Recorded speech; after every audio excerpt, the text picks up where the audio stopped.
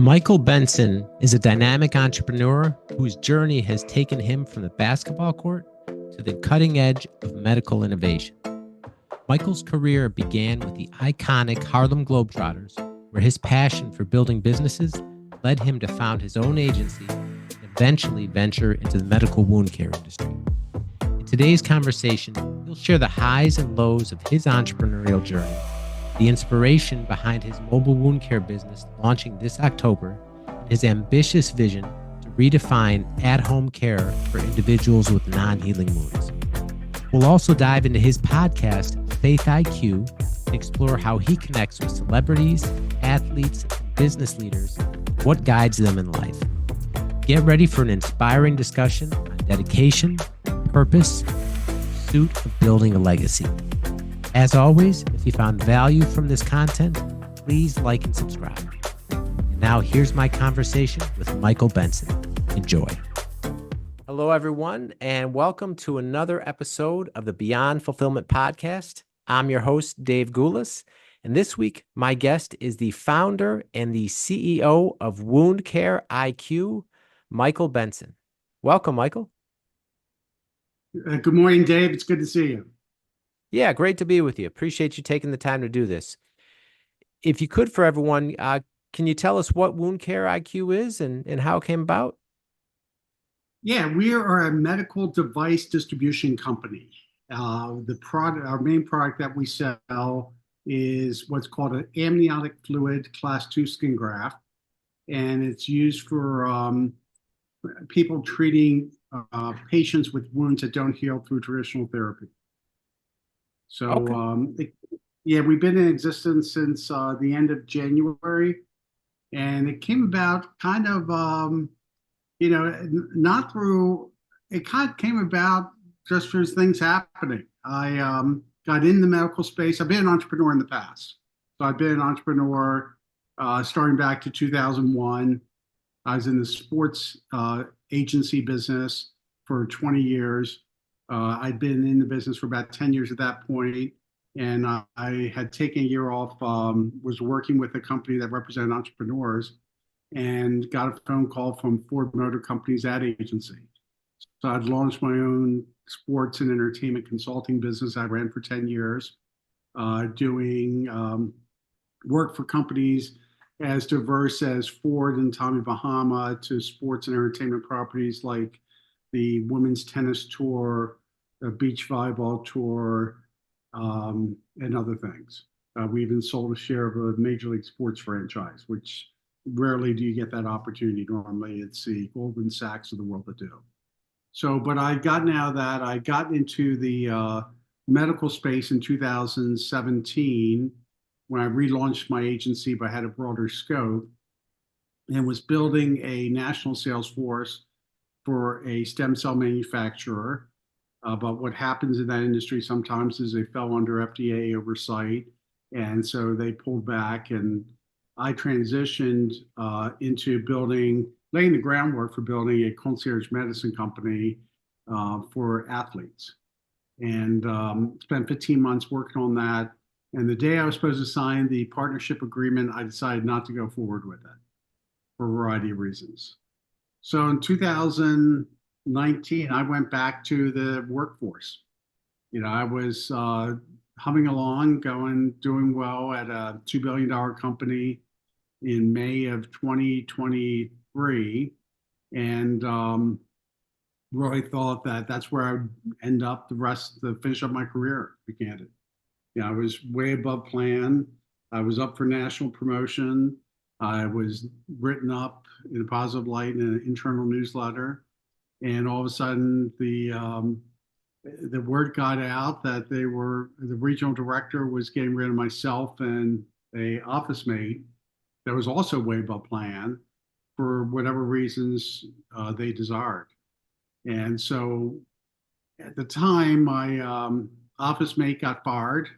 I ended up taking a leave of absence, which I had a right to do. I actually went back to work with them 3 months later, thinking I could just turn it around by selling, but that wasn't the case.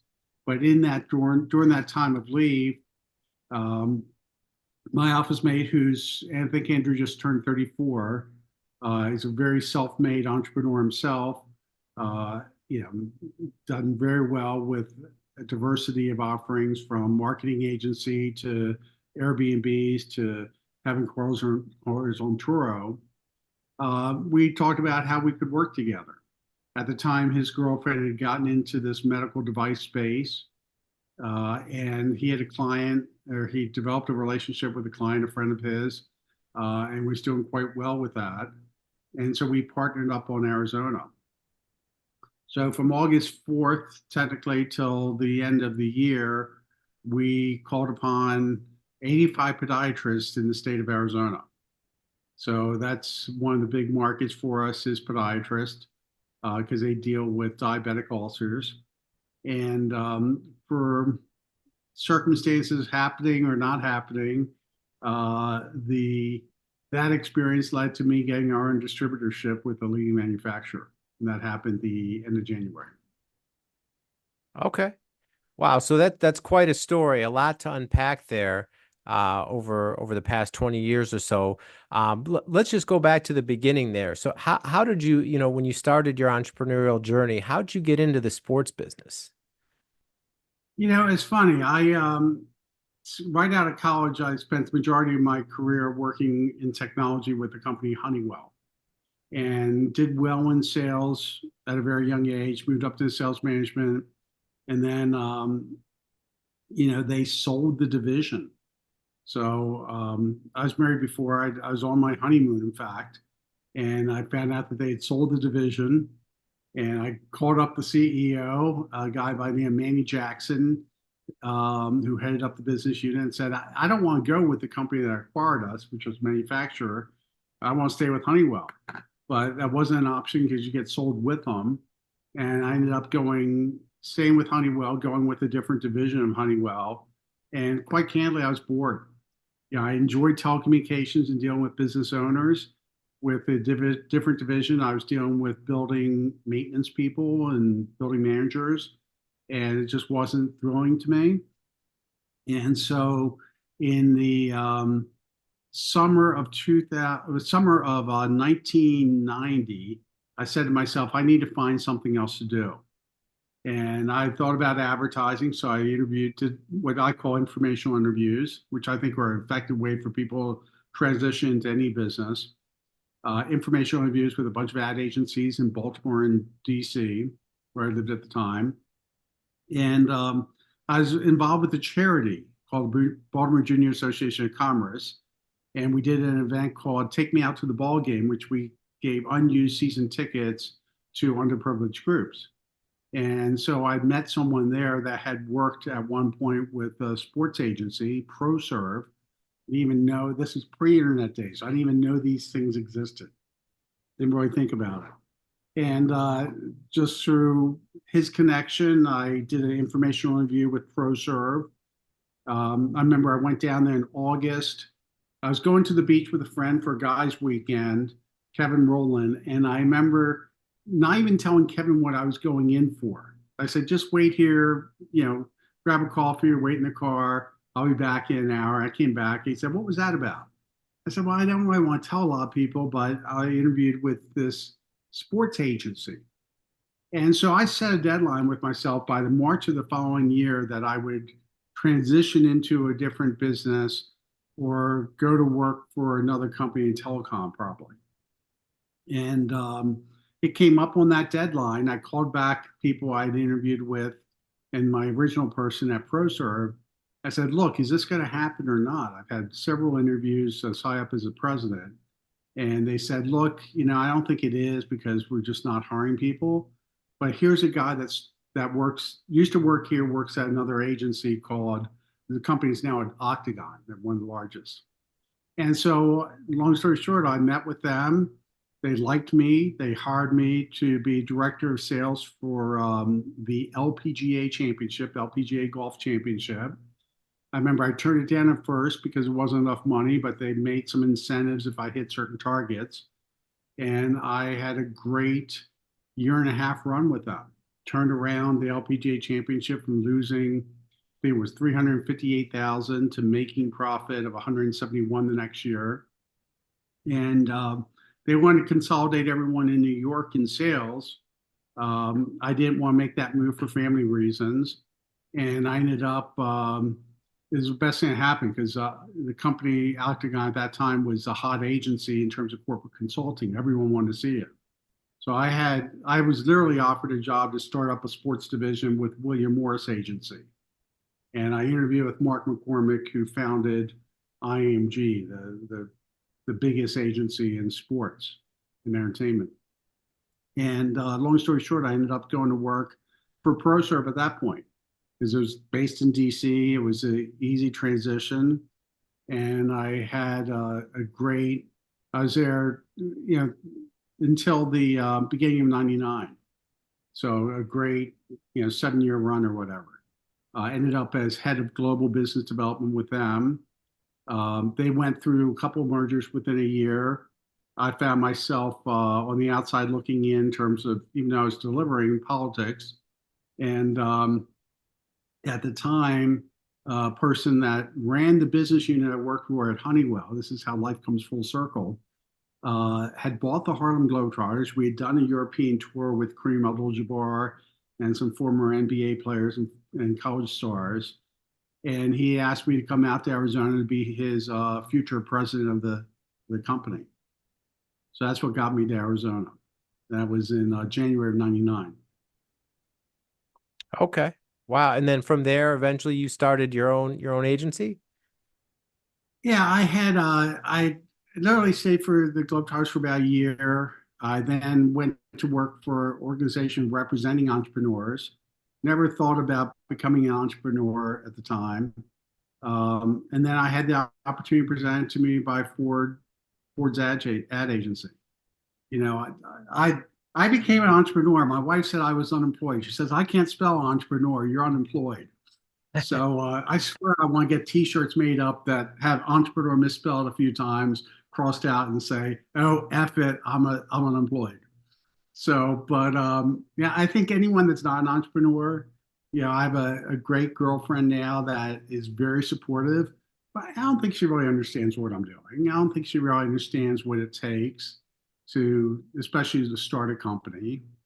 When I was doing the sports and entertainment marketing consulting, although I had different people I partnered up with and even people that worked for me at times, it was pretty much my own little niche consulting business. This is different. I now have, I think we have 9 salespeople on board for this wound care IQ. We're now also starting. I had someone reach out to me that's in the same space about 4 months ago. Great guy, Steve. And Steve, he was selling the same product, same manufacturer for a different distributor. And so he reached out to me on LinkedIn and said, "Hey, can we get together and talk?" And the net result of that is we've put in place plans to launch a mobile wound care business. So that's going to launch in October. We interviewed about a dozen medical directors and settled on one based out of Dallas. And our plan is to launch in October in a test market, most likely Tucson, Arizona, and then to take it national. Okay. Wow. So you've got a lot going on. Um, you brought up just to kind of go back on one of the things you mentioned there. You mentioned like you have a very supportive girlfriend, right? And but you talked about what it's like being an entrepreneur and kind of others maybe that aren't in that, not really understanding. Can you just talk a little bit deeper? Because that ironically, that's one of the reasons I started this podcast too, is because so many people would kind of say, "Oh, that's great," and this, that, and like being an entrepreneur is not so glamorous, particularly in the beginning. And there's so much stuff you deal with that maybe if people aren't involved or not doing that day to day, they kind of can't relate to it. Can you just delve a little bit deeper about like what you mean by that? Yeah, well, are you familiar with Andy Frisella? Andy Frisella is an entrepreneur, started a nutrition store and has a very successful podcast. His first podcast was called MF CEO. I forget what his current one was. Oh, Real AF is his current one. And someone turned me on to him at the gym. I don't know, 6 months ago. And he says it's best. The biggest misconception is that when you start a company, is that you'll get support from family and friends. The reality is they think you're crazy. And I have three great adult children and two great brothers and a bunch of good friends, and they all thought I was crazy. They're like, you're at the age you are and you're starting a company, go get a job. Even the guy I partnered with in Arizona said, go, we didn't have the success that he had with his client in Chicago. He said, go get a job. I said, no, I'm vested in this.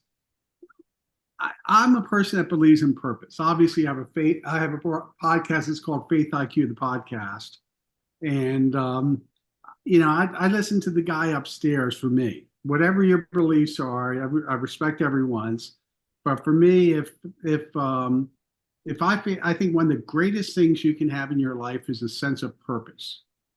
And for whatever reason, I saw more things. That company that I was working for, all of a sudden doors opened for me to negotiate a settlement to leave.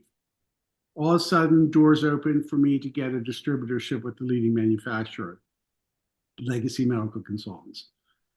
All these doors started opening for me. And I think it's because I have a purpose to build a legacy, quite candidly. And everyone at first thought I was crazy, but yeah, even the girlfriend, I think, she saw me getting up at 4:15 every morning, Monday through, 7 days a week.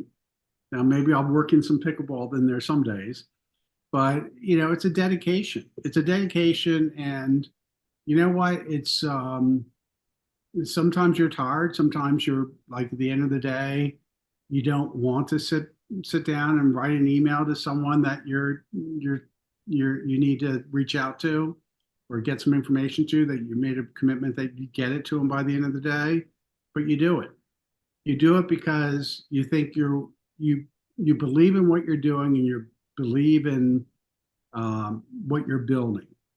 And it's not my company. I'm the guy that started it.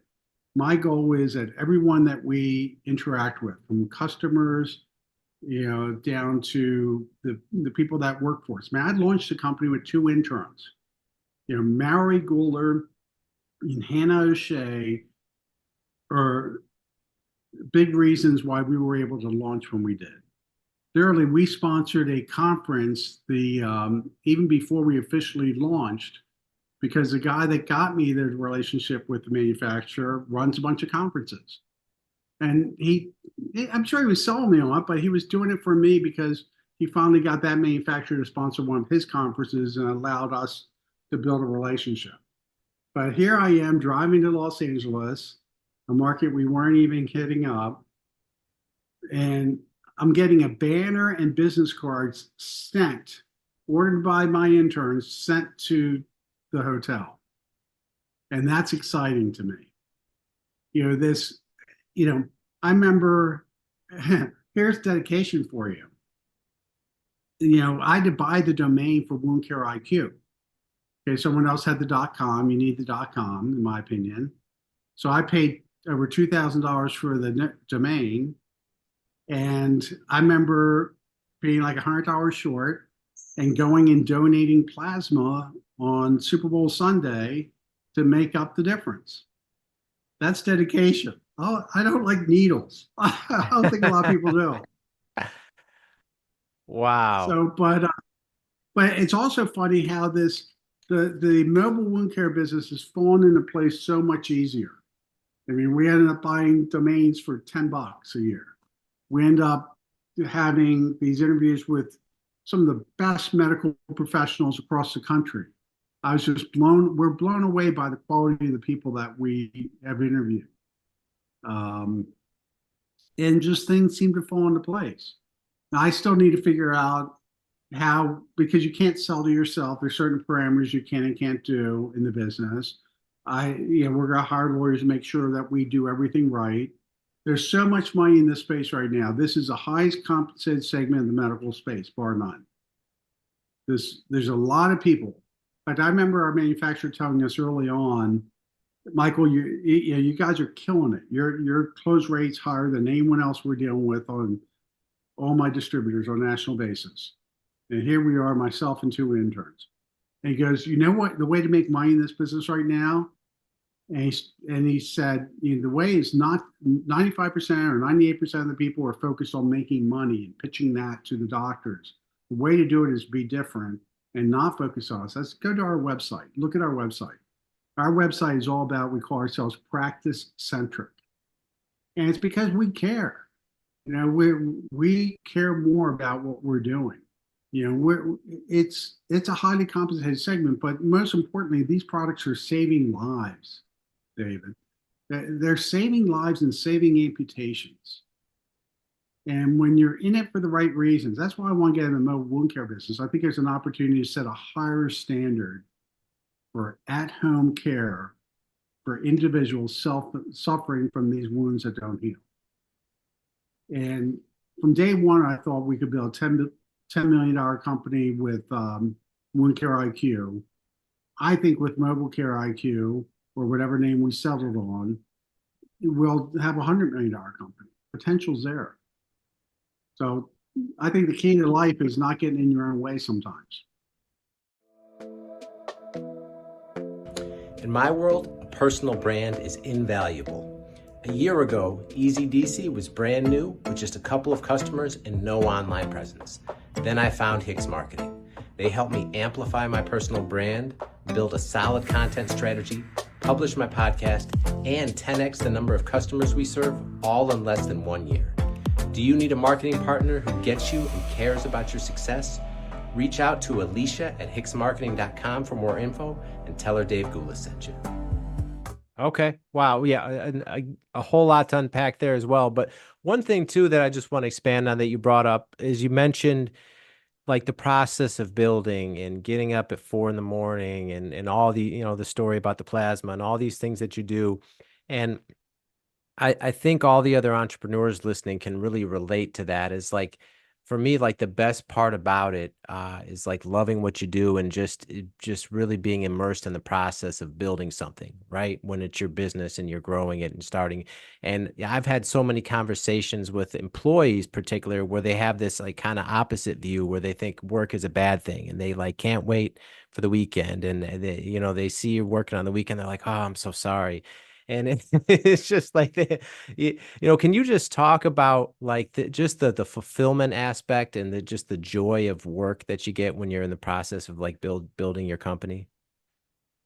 Well, it's interesting because I spend a lot of time when I get up at 4 a.m. I don't just go right to work. I typically turn on BBC News for a little bit and then turn on a YouTube video, motivational video.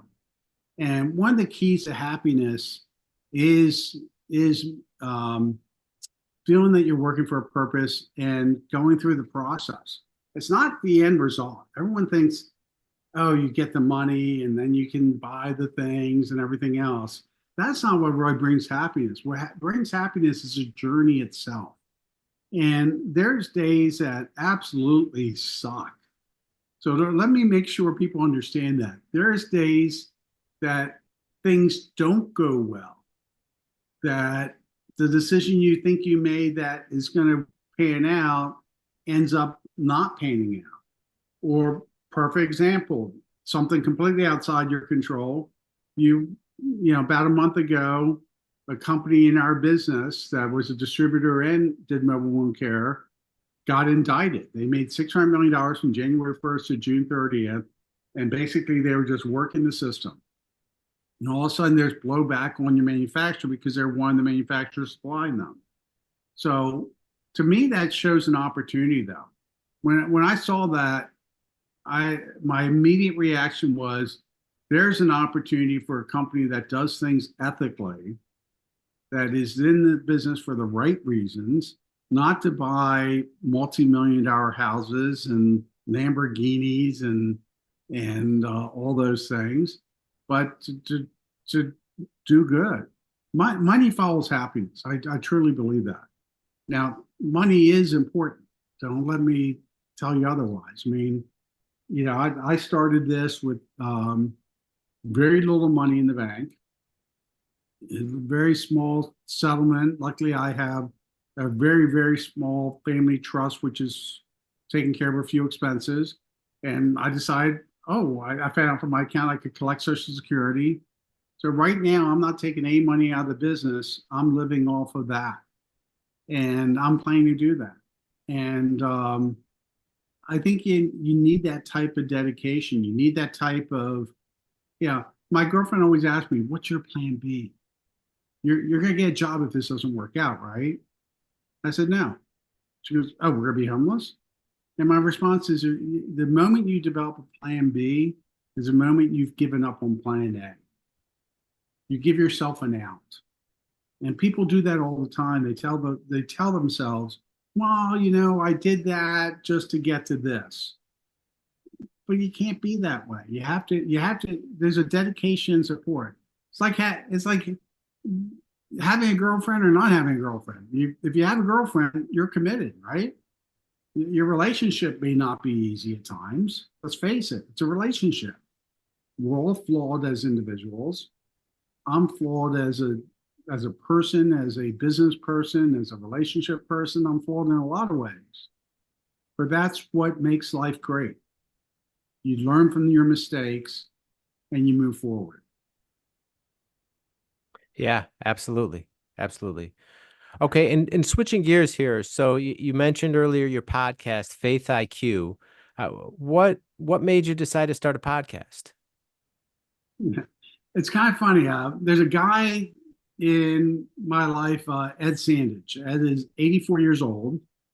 Ed is everyone knows everyone in town from the governor on down. He, yeah, it's a fun guy. He kind of goes by the name Fast Eddie. And he came to my birthday party back in July 2017, and he got me to go to a guy, Jimmy Walker, held what's called it was a Bible study, but not a Bible study. It was Jimmy Walker spending an hour talking about life. Now, Jimmy is a philanthropist, humanitarian. At the core, is a insurance salesperson.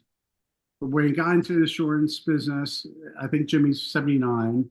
When he got into the insurance business in college at ASU, he decided he could sell to anyone. And Reggie Jackson, the famous baseball player, was one of his classmates. And he sold insurance to him, and then sold insurance to his friends. So eventually he sold insurance to Michael Jordan. So, and he's the reason Muhammad Ali moved from the Los Angeles area to Phoenix years ago, because Jimmy convinced him to do it, and then started a fundraiser to support him called Celebrity Fight Night. So Jimmy would hold his Bible studies, and it would be both men and women, and afterwards everyone would do business. So with relaunching my business, I got together with a few people that used to go to that. One of which was the guy, Leslie Williams, who's a farmer and developer and sits on the local power company's board for the past 30 some years. And Leslie goes, Michael, we should really restart Jimmy's Bible study. I'd love the fact that we could listen to some inspiration and then all do business together. I said, I don't know. It's hard to get people together post COVID. And I have a life on and off life coach. He's a great life coach until I upset him sometimes, and then we part ways for a bit. But Arnie Fonseca, great guy. I was talking to him about what Leslie said. He said, "Oh, why don't you start a podcast?" And so I was planning to do it after we had some revenue coming in. And I'd reached out to Jimmy Walker to be a guest on the podcast. And I remember I was at the gym one Friday morning. It was 4:52 a.m. And I get a text from Jimmy saying, "Oh, it's a podcast you want me to participate in. I can do Tuesday afternoon." And so I'm like, oh, crap, this is February. So obviously we hadn't gotten revenue coming in for our business yet. I was like, guess I'm doing a podcast. And luckily I had been a participant on a podcast at one point, a guest, and got connected through the people putting that on with a producer out of Manchester, Iowa, Kelly Brink, who's absolute talent.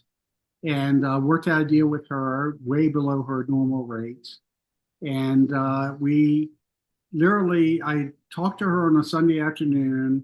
We recorded Jimmy's session that Tuesday, and by Friday, when I was in LA for that conference I talked about earlier, we'd launched. We were on all the main platforms, did all the branding, did all the social media.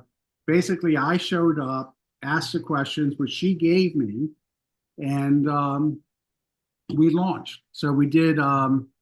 We put out 5 episodes, 2 in the can. And then, candidly, I had to decide, okay, I'm spending a lot of money here. I need to conserve that money for Wound Care IQ and other things. And so we're on what I call summer hiatus, and then we'll come back. But the concept is interview celebrities, athletes, and business leaders on what guides them. And as I said before, I don't judge anyone on their beliefs, ever. Best compliment I've ever gotten was from a devout atheist that said that I wasn't like the other Christians they knew. I said, what do you mean by that? She goes, well, you're not judgmental. I said, well, you're hanging out with the wrong Christians. So it's not our place to judge. It's not our place to, say we're right and you're wrong. One of the biggest problems we have in this country right now from a political standpoint is a divide. It's like we can agree to disagree, right? We can have respect for people no matter their opinion. At least I do. Unless a person is doing something bad intentionally, then why should they lose our respect? So, I look forward to having a diversity of people on there. We've already had some fantastic guests on there, and asking them what guides them. What motivates them? How are they successful? Jimmy's a great example. Jimmy's a guy that has built a tremendous amount of personal wealth, has raised hundreds of millions of dollars for charities, whose best friend was Muhammad Ali, who was Muslim, and Jimmy's a devout Christian. And that demonstrates right there. I think all of us need that in our life. My faith has grown over the years. Like I said before, I think God opened doors for me to start my business. I think God opened doors for me in my relationship. But at the end of the day, no matter your belief, if you don't believe in something greater than yourself, and that gets back to the purpose of your business. If you're not believing in what you do for a living, go do something else. Life's too short.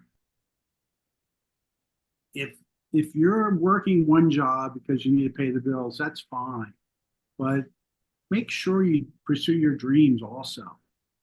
Because at the end of the day, the biggest regret people have, on their deathbed is not living the life they wanted to live. Yeah. Yeah. So true. Right. Like that reminds me of that old Jim Rohn quote about the pain of discipline or the pain of regret, where, discipline weighs ounces and regret weighs tons. And yeah. So true in terms of going forward and not having those regrets down the road that you didn't pursue the life you really wanted. Okay, so if people want to find out more about Wound Care IQ or your podcast, like what's the best way they can get in touch with you and find out more about what you're doing? Well, it's woundcareiq.com. My email is michael@woundcareiq.com. And it's called Faith IQ, the podcast. It's on all the major platforms. Like I said, we have a number of episodes already out there. I'm on LinkedIn, Instagram, Facebook, and Twitter, which was Twitter, X. I post everything on all those platforms. I was on TikTok, but it became too much of a distraction. It was too entertaining. So you can contact me there. You can certainly provide my phone number. I take every connection request. I connect with people because you never know where it will lead. Like this mobile wound care business. That was a competitor that we got together over a pickleball game at first. And I walked away thinking, damn, I'm not sure if I like him. He's a better pickleball player than me. But we ended up having a common interest and building something. And I think it's amazing how things can come through. I wasn't looking for a relationship, and neither was my girlfriend when we ended up with one. And I think relationships are two flawed people refusing to give up on each other. There has to be common interests and the common love, but there's so much opportunity. Life is so beautiful. We wake up. Obviously life isn't easy, and it gets tougher and tougher. I feel tough. I feel bad for the younger generations. I think they have it tough. I think we had it easier in a lot of regards. But yeah, I think that there's no matter how tough life gets. I've been through some really tough situations personally and professionally. You have something to be grateful for. Absolutely. Well said. All right. Well, Michael, thank you so much for being here. Really appreciate the time today. And we'll link all those, your contact info in the show notes for everyone as well. And that's all the time we have for now. We will see you next time.